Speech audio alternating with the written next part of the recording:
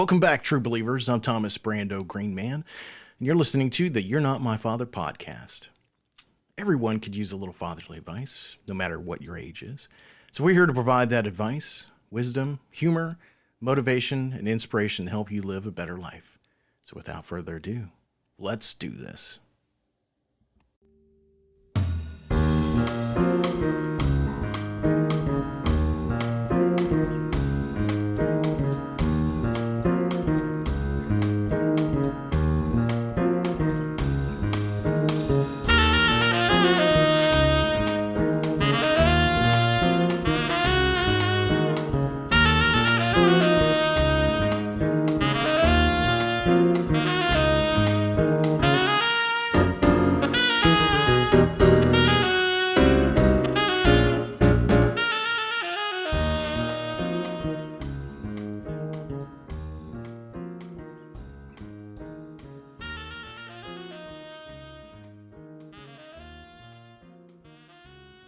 Welcome back, everybody. This is season 1.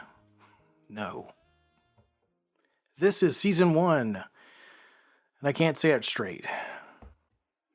Good evening, and welcome to season 5 of You're Not My Father.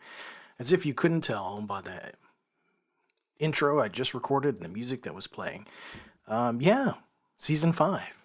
You're probably thinking, well, what the hell happened to season 4? And that's what I'm going to tell you about. I've got 4 bullet points here that I'm going to give to you in detail. What failed? What worked? What's going to change? And what's going to stay the same? So let's delve right into it. What failed in season 4? Because everybody likes to talk about their failures, especially me. That's a joke. Season 4, the concept of it is I've wanted to do long-form podcast, and it just didn't work out that well. It felt like a lot of the research and the things that I had to do sounded too academic, and it wasn't enjoyable. How about that? If you're going to cut it down to, fractions and that type of thing, that's what it was. Just go ahead and write that one off. I didn't enjoy it. And I don't think other people really enjoyed it either. I don't think people are looking for the History Channel whenever they come to my podcast. Not at all. I think what has worked, which is bullet point number 2, what has worked was being honest and open and being who I was, telling people my story and how that reflected on me being a father. And then also, the stories I've heard from other people and wisdom I've picked up. And so that seemed to work. I think that really, really did. So, yes, that's what worked. So what's going to change? So all of the the things that we failed on, they're going away. All the Wikipedia nonsense is essentially just kind of leaving, and probably for good reason. I mean, there's plenty of other historical and deep dive podcasts out there. There's some great ones, and mine just isn't that one. So we're going to get rid of our flaws. We're going to focus on our strengths. And if this sounds pretty academic, I guess it is. So what's going to stay the same? I'm still going to freeball this, if you will, and just talk from the heart, do it the way I've done it. Maybe have like a basic outline of what's going to happen and so forth and so on, but really kind of stay in here with exactly what I'm going to do. And so I'm also going to have my kids on the show, because what better way to get a little bit better perspective than to have them on. And they're pretty entertaining. At least I hope so, anyway. I think that hearing a father in his natural environment could be interesting and enlightening. So we're gonna have that. Um, in our first season, we tried to do that, and I think we got mixed results. But then again, I don't think we really knew where we were. And I keep saying we as in really me, but yeah, I want the kids to be involved in this to certain degrees. So yeah, the kids are going to be on there, but yeah, the homespun, shoot from your hip, no BS type of wisdom, which is, I guess, if I was to have a brand, that would be my brand. That would be it. Um, it's interesting to note that I have recorded the last episode of season 4 probably at least 3 times, maybe more. And every time I did it, I felt like season 4 was just that much of a catastrophe. So the first time I recorded it, it was, I don't know, it felt wrong. It was just kind of weird. And I was sticking to whatever the script was that I written about whatever topic. And just writing it out and even trying to record it was just like, this just feels so forced and whatnot. So I stopped. Thought about it a little bit more. And I was like, okay, season 4 is just not going to work out. So we'll come up with another episode and call it quits and transition you from 4 to 5. And that one also didn't work. Incidentally enough, that was a big glitch on mine. I thought I recorded it, and honestly, I thought that was probably one of my better episodes that I'd done.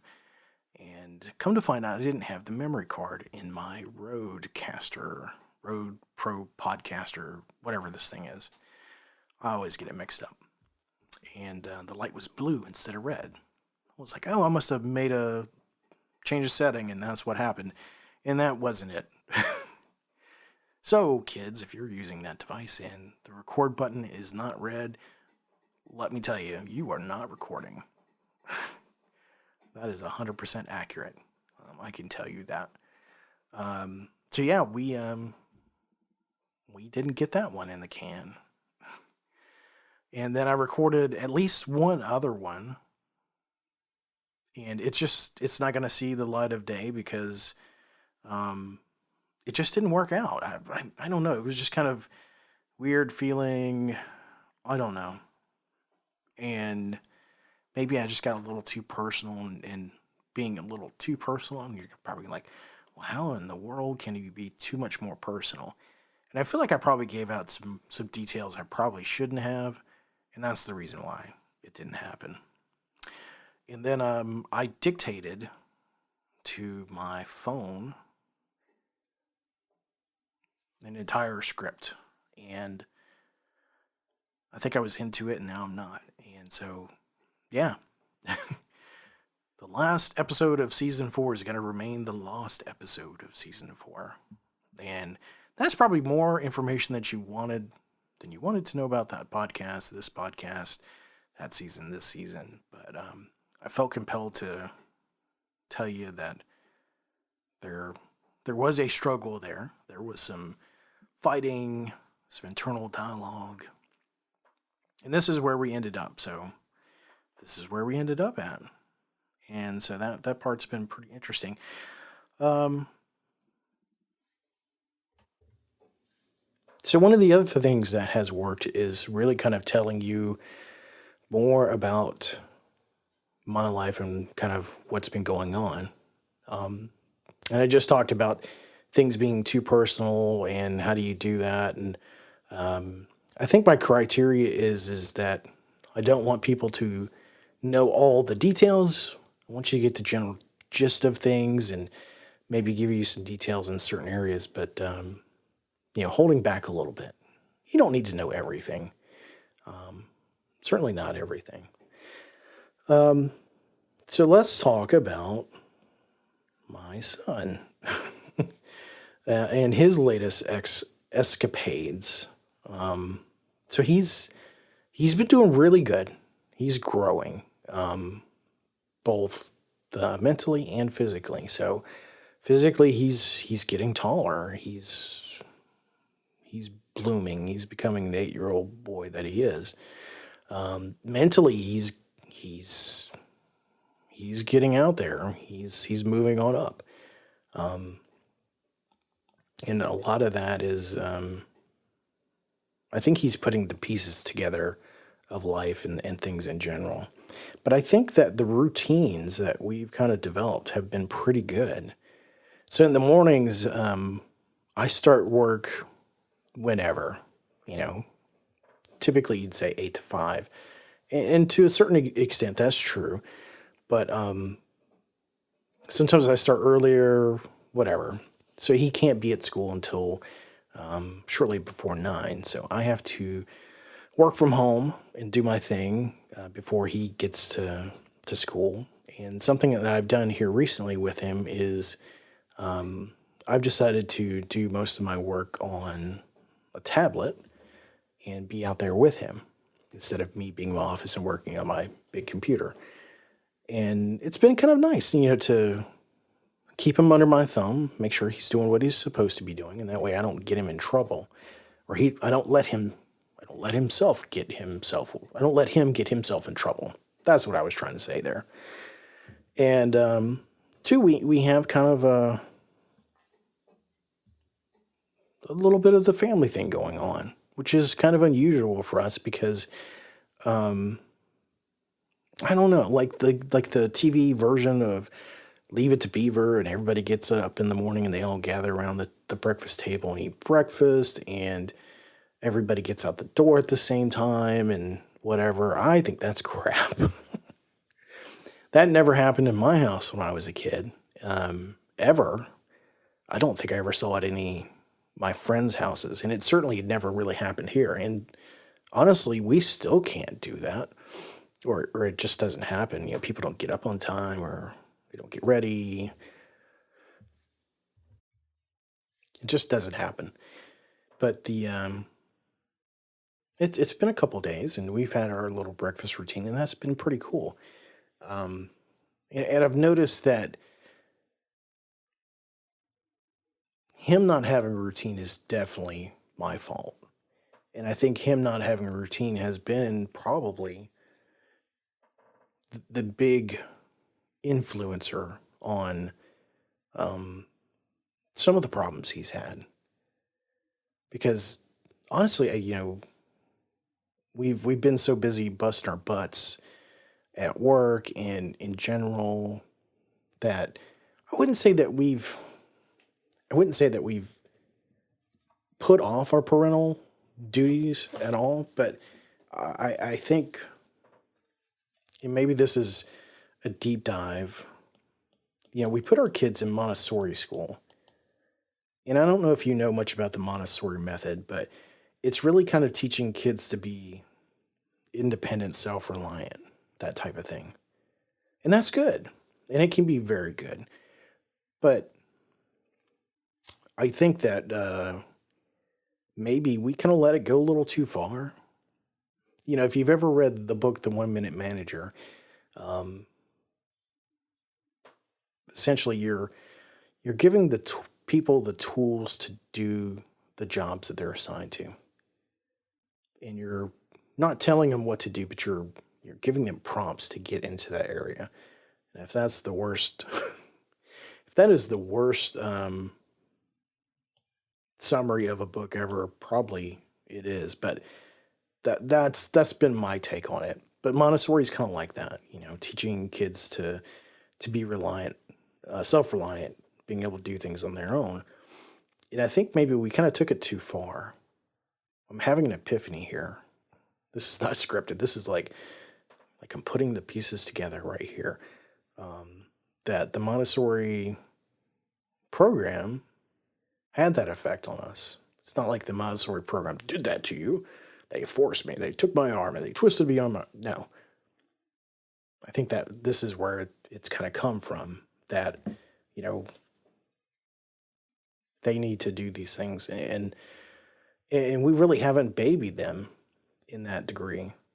And so we've kind of left it like, I wouldn't say figure it out, but some of that, and some aspect of it. And yeah, I think that's been an issue. So I guess where I'm going with that is that I'm building these routines with my son. I'm getting to spend some time with him. And part of me almost feels kind of guilty, and I hate that part of me, and I hate what I've done in my job that has made me, I wouldn't say make me. Nobody made me. But influenced me into thinking that it wasn't okay to spend time with your kids. And I can see it that I'm definitely lucky. I'm blessed for it. But yeah, just in a few days, I've already seen like I feel better about things. He feels better about things. We're in the grand scheme of things, we're all tribes. You know, our little families, our own little tribe, and there's a hierarchy there. There's job roles, there's positions, there's things that have just worked since the beginning of time. No matter what you call it nowadays, it kind of goes back to the beginning for everybody. But he's been doing really good. He's had some problems, some kind of like, whoa, you did what today at school? Like problem, and we got through it. Luckily, nobody got hurt. At least not that I'm aware of. But he's come back stronger for it. I'm not going to say he's perfect. He's still an 8-year-old. There's still things that we have to keep him away from, the things that he could do to get himself in trouble. Take that temptation out of his way. Or if you know it's going to be a problem, just, if you can, get rid of that problem, even if it's just temporary. Getting mad at him because he's done something intentionally defiant, or whether he's just been a kid, he's just in that area. It's kind of two separate ways of doing it. There's this class I'm taking, and it's raising kids God's way. And I've been going to church a lot. I've been heavily involved in my church, and I'm not here to impress upon you anything, but God is amazing, absolutely amazing, and this has been amazing for me. The class, the people, the church body, it's been great. Yeah, I don't really get too religious on here, and maybe that's a bit of a change, and I'm not really sorry for it. If that offends you, I want you to know that I believe in you, no matter what on my side or you. Religion doesn't have to be bad, and religion shouldn't be thrown away because of a few bad apples. Not by any means. And I'll say one more thing before I get off my soapbox and jump back into it. We're human. We make mistakes. We are imperfect. We sin. And that's okay. That is okay. We can't be like God. But he has given us the gift of forgiveness. And so there you go. But I've got this card, and I thought that I would share this card. And so this is kind of like I had it in my wallet for a while until I downsized my wallet. But I think this is interesting. And I don't know if I've read this on the show before, but I'm going to do it today. So this is the 8 non-negotiable duties of a father. The 8 things that you have to do as a father. If you like lists, then guess what, buddy? This is a great list for you. So number 1, a father must cultivate a sense of family identity. A father must cultivate a sense of family identity. And I don't know how I did it. I think it's just taken small pushes here and there, but my daughter did a video, and it was for her multimedia class, and she created a commercial, and she called it, I forget what the product was specifically, but the name was Green Man. It was a plant growth thing. So great name, our last name for that. And at the end, she's like, with Green Man, you're good to grow. I was like, that's funny. But at the same time, I caught that point where she had felt proud about her last name. And that moved me. It moved me a lot. I'm still happy about that. So number 2, a father must regularly demonstrate love to his wife. I'll say it again. A father must regularly demonstrate love to his wife. There's a reason why this needs to be sitting right in front of you, be in your wallet. I don't dive in my wallet that much. It's probably not the best place for it, but it's sitting here on my desktop. You really should love your wife and regularly show that. And, replace wife with husband or, whoever you're with. But the one that you're bound to is worthy of your love and needs it. And if you're the head of a household, father, you must do that. That is your duty. Love her. And give her the godly love and the personal, that special love as well. It's all important. So number 3, a father must respect his child's private world.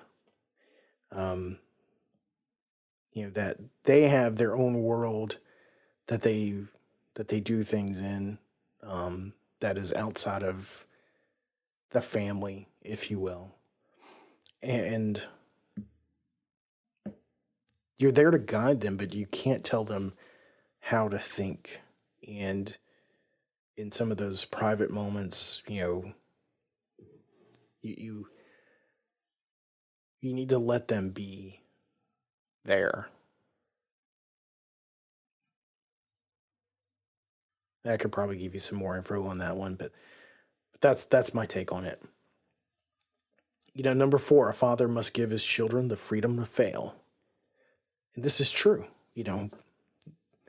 I'm always telling my kids, or at least my daughter, I was like, there's people that take advice and there's people that fail. They're going to learn on their own the hard way. And sometimes you have to let them do that. It doesn't have to be as harsh as letting them get burned or letting them get hurt irreparably hurt or mentally hurt. But it's okay to fail, because we do on a regular basis. Sometimes the lessons we learn from failure are more important than anything, and it's okay. So let them have that freedom to fail. But I try not to let them fail too much, especially not the same thing over and over again. That's frustrating. A father, this is number 5, if you keep track, a father must be the encourager of the family. So you need to encourage your family. I like to think I do a good job at this. I try to tell everybody, I'm like, Mommy, that's a good job. You did good. You're really good. Keep it up. Or Conan, you did good. Good job. Same thing for Sophia and everybody, really. And yeah, you kind of have to be that cheerleader of sorts that, don't let people get down. Sometimes it sucks because, you don't want to show that you're emotional, and, sometimes you fail, or, you get depressed. But I think that if you're continuing to be positive, that they're going to pay that back to you. They're going to be there for you. I believe it. I know it. True story. So number 6, a father must guard his tongue and tone. Whoa. Tongue and tone. I have some problems with that. It's rough. It's absolutely rough sometimes to not lash out at your kids or your family, and I'm not going to say be abusive, but you know what I'm saying. It's like, why did you do that? Oh my, obviously you get frustrated. But the power of a father can do two things. If they hear that from you on a regular basis, either A, they won't respect you anymore, or B, they won't respect themselves because you're putting them down. And maybe not putting them down, but maybe you're saying bad stuff and whatever. So it's easy to open up your mouth and let it rip and just say whatever it is that you're going to say and feel better. I would say that do it behind a closed door or something, but don't do it in front of your family. I pray a lot. I've had some incidents here recently that not necessarily at the kids or really in front of them, but sort of sometimes it could affect them, and that's rough. And so I need help with that. I'm not going to say I'm like this hothead or whatever. I don't think I am at all, but I see that that's a part of me that wants improvement, in this list. So, yeah. So number 7, a father must routinely embrace his children. Yes, do it. I don't know why I would have to explain this one to you, but yes, please do that. Please hug your children. Give them the love and attention that they need. We all need a hug, and we should be giving them hugs on a regular basis. Because sometimes they don't understand the need for it, or they may not be able to articulate it, or who knows what they're feeling. But you need to do that. And so number 8, a father must build a relationship of trust with his children built on God's word and not human wisdom. And if you're listening to this podcast, I'm going to tell you, yes, you should.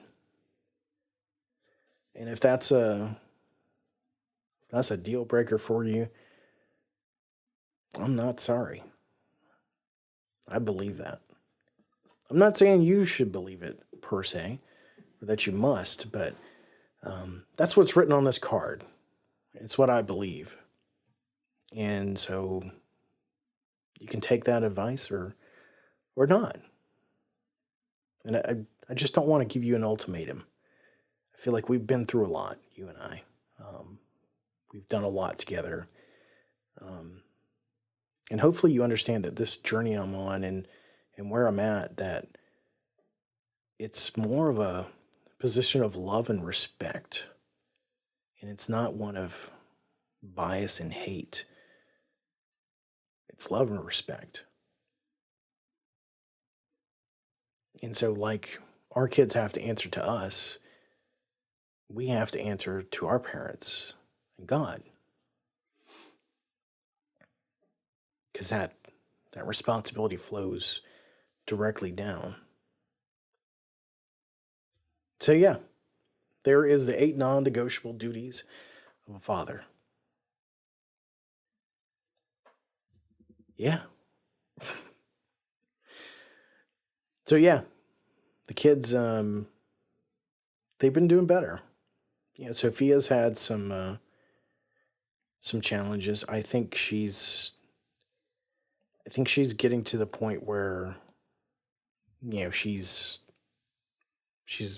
a teenager now. I guess if you'd call 13 a teenager, I guess so. Um, so yeah, she's that teenage year type of thing, and you know, I'll tell you, look back at my photos. Yeah, I use Google Photos, Apple Photos, whatever you look at, and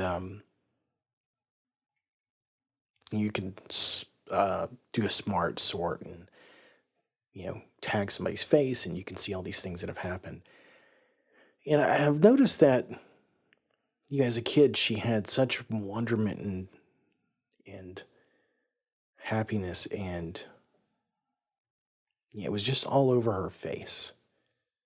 She had so much fun, and in the past few years, and I'll tell you, it was right whenever COVID kind of happened. I think it was hard for her. She was kind of just hitting that position where she had some friends that she talked to, and she'd done some sleepovers and other things. And I think things just got too mature for her, like too quick.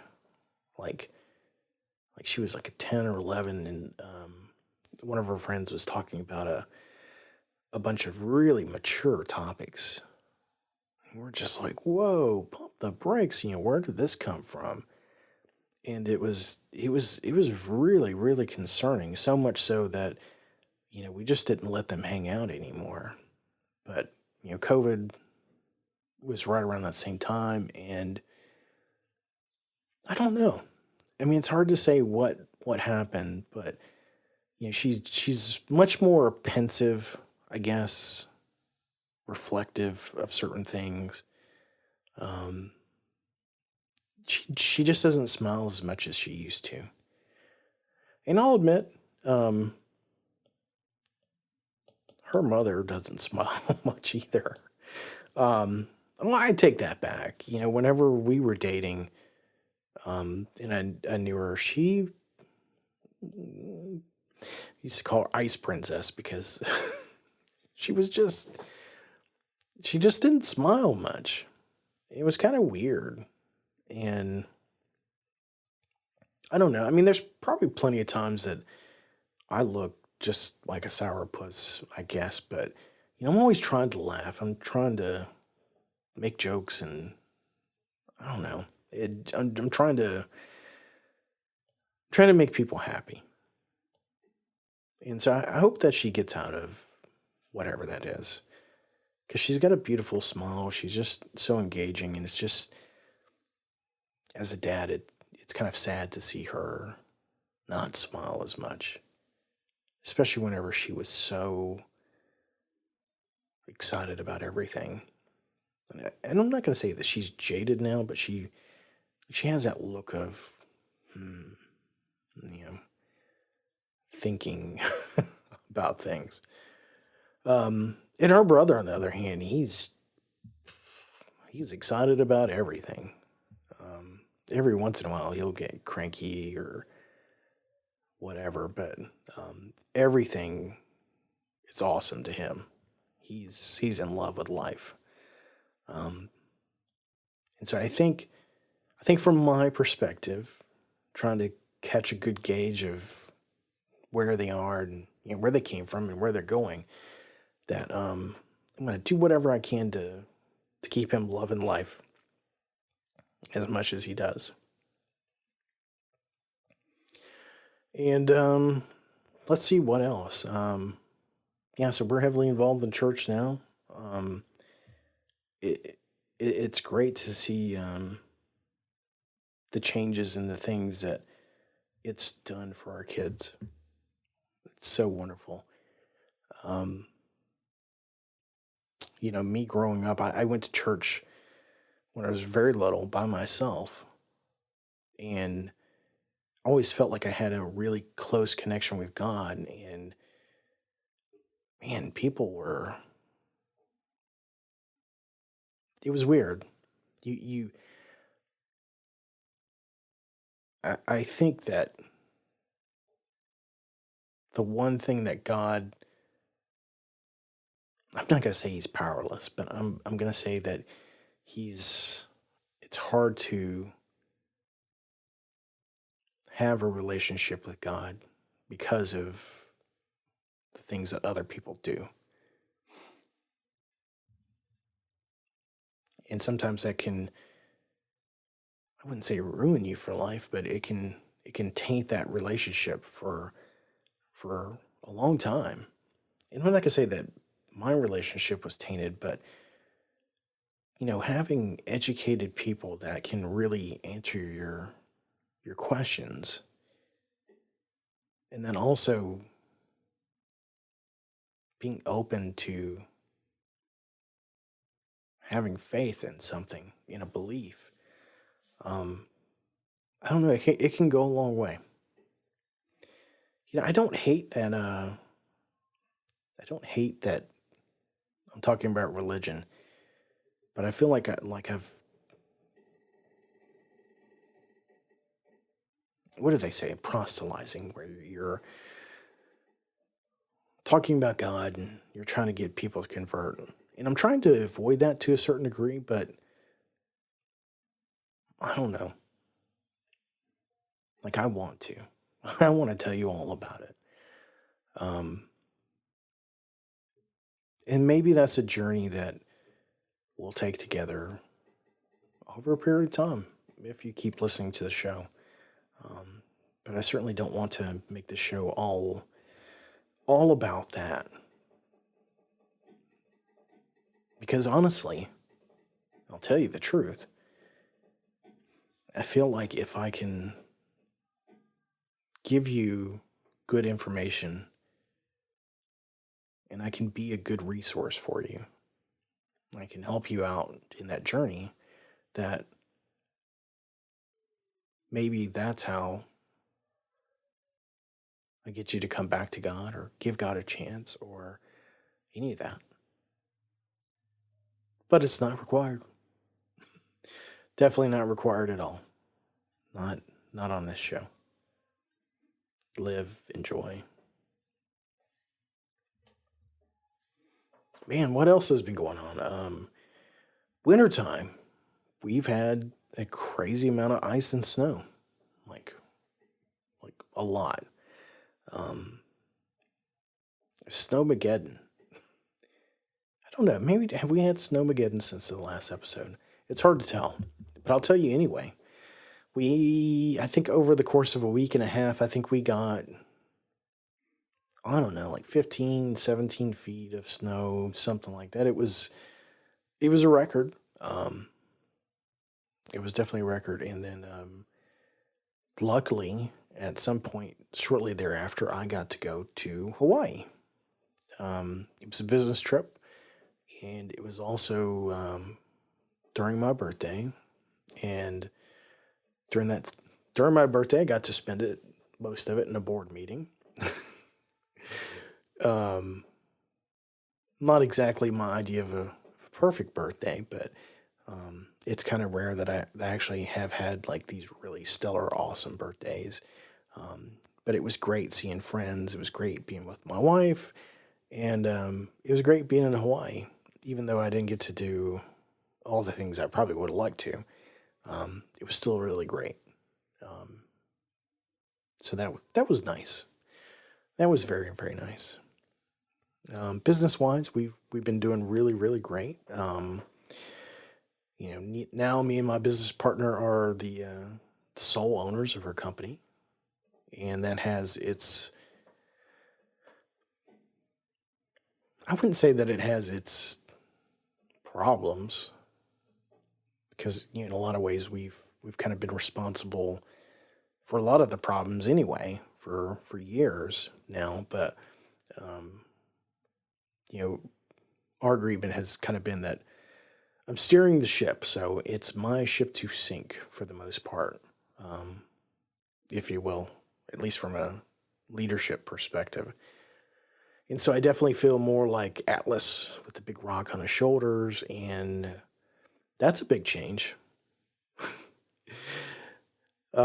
One of the people I know professionally, he's a really great guy. He said, "Congratulations, how's it feel to be in debt?" I was like, "Oh man, feels great." But I will say that you being one of the owners of your own company, I'm getting there, as far as a mental thing. Oh yeah, yeah, this is mine. I'm not there yet. Some of it is, some of it's not. I've always kind of matured a little slowly, but once I got there,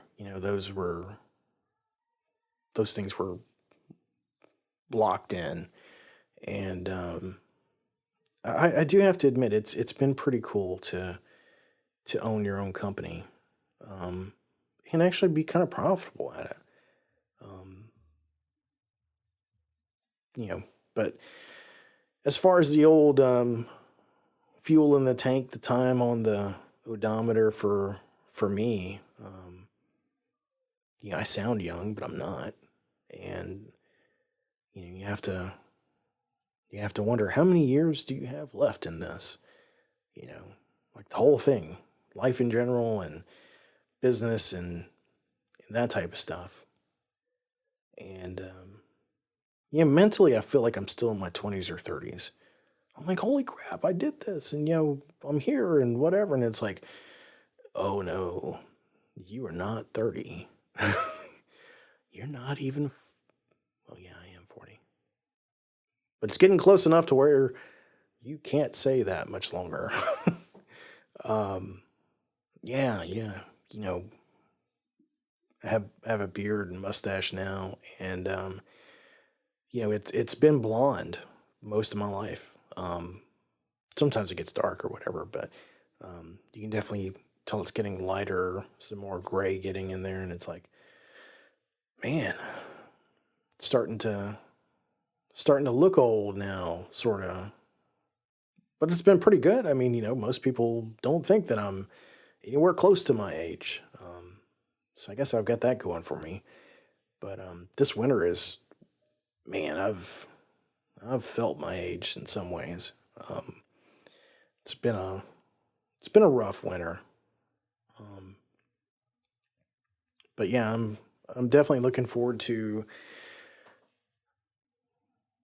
no snow, no ice, getting out and doing things and making the most of what you've got. Um, I mean, I'll tell you, working hard has its benefits. You can do a lot, but you turn around and blink and it's like, oh man, where did the years go? If you haven't heard that before, that's true. That could happen to you very quickly.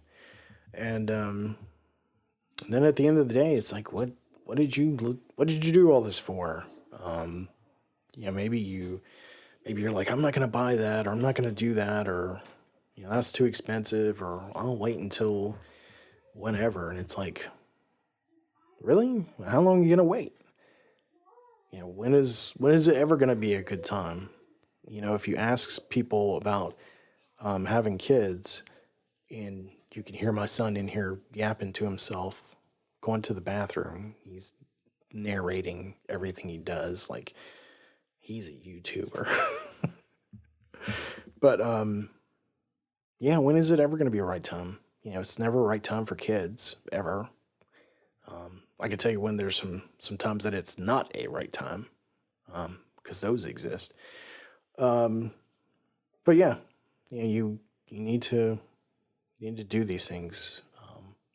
Have fun. There's kind of a fine line between excessive and you know Spartan, I guess, when it comes to living and finances and all that other stuff. But I don't know. I'm still trying to figure out that one. I'm kind of feel like I've been working really hard and I probably should still be working really, really hard, but um, I feel like, if I died tomorrow, would I regret not doing these things? And I'd be like, well, yeah.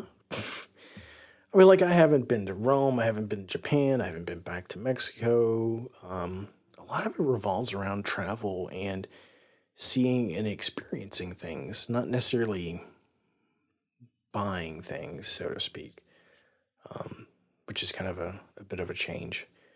But yeah, experiences. Those are amazing. And honestly, I really want to I want to do that more with my kids.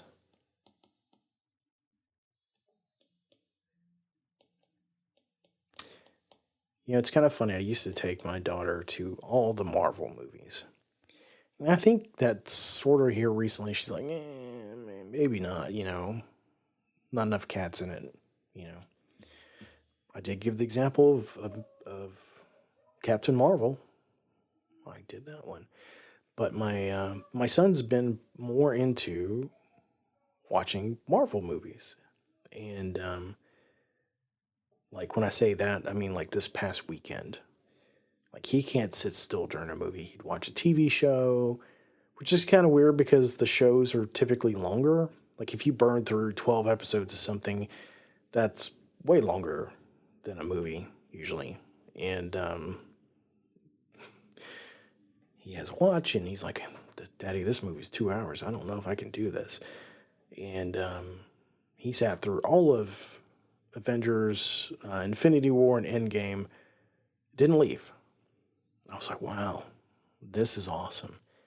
And it was cool to be able to bond with him, and he's asking questions, maybe too many questions. But we're able to kind of geek out and talk shop, and he's remembering these things, and it was really, really cool. I love my kids. I made some of my best friends ever. Um, and honestly, I can't wait for the day. It seems like it's way too far away to be able to be like, son, we're going to watch Predator. And we're going to quote these lines from Arnold. All the things that I can't tell him right now. And man, it's going to be awesome. I mean, that's just me. I mean, I quote pop culture references all the time. And, part of the show sucks for me because I'd say 35% of what comes out of my mouth is probably not PG-13. And it's not that I say these things in hate or derision or talking bad about somebody, but if you listen to the show before, I've probably mentioned it several times. When I was growing up, we used curse words like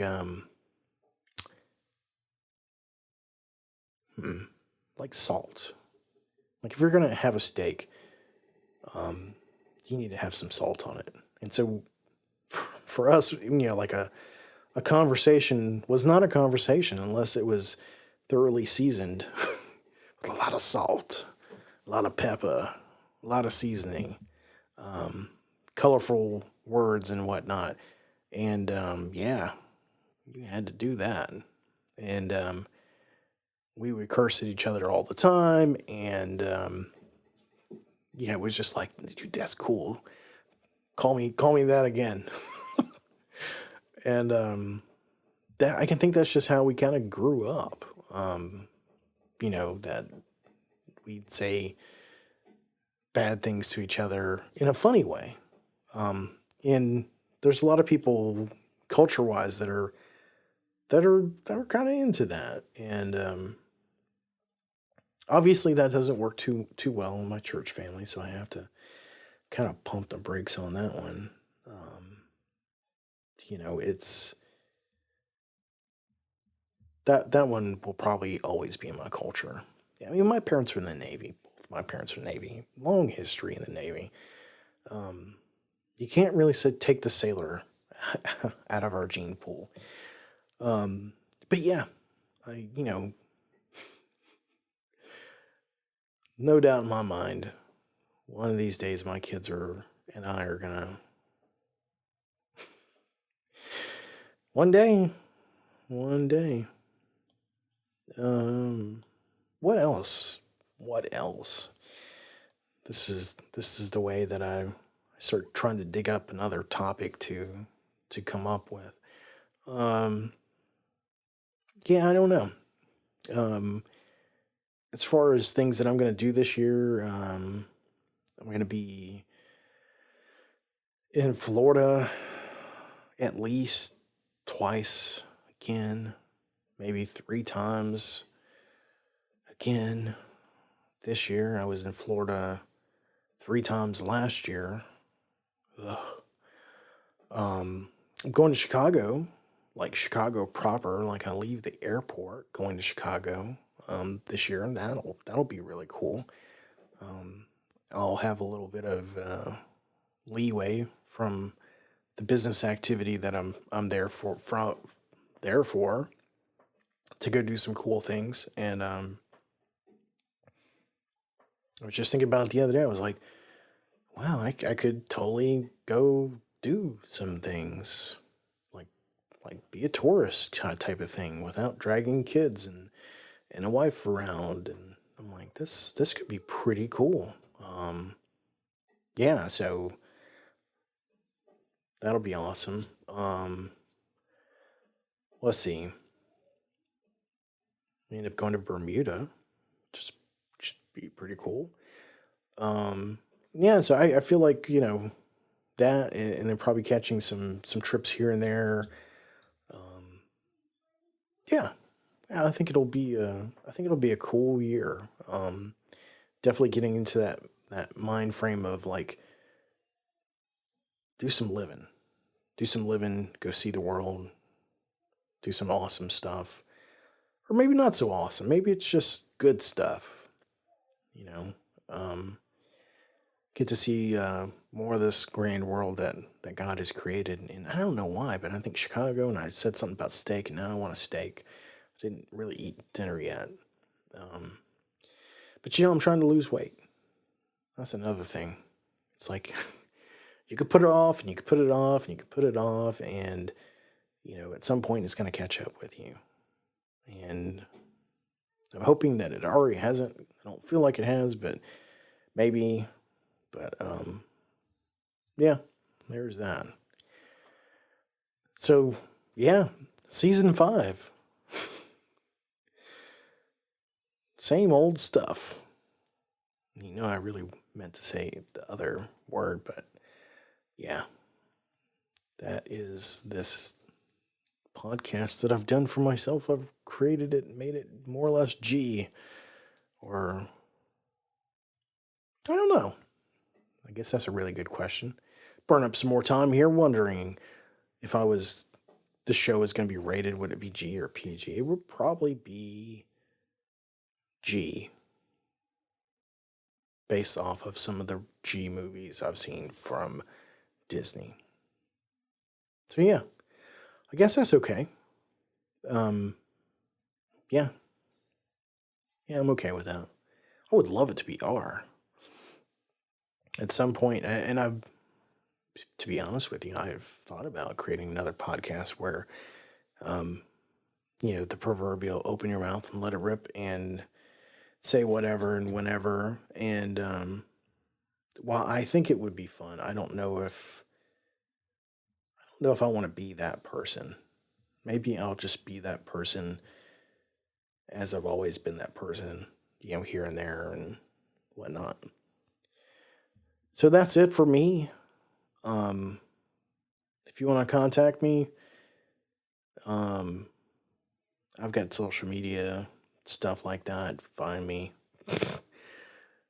You're gonna go swinging for the low-hanging fruit here. Go tee off and just kind of, it's gonna go into the rough. Yeah. Yeah. I don't have a lot of people looking to connect with me on social media, so if that is you, then go find me for all. Go do it. If not, no big deal. If you keep listening, I'll keep recording, as evidenced by this latest episode. So, love you guys. Take care. Be good. And in the words of the two great poets of our generation, be excellent to each other. And party on, dudes.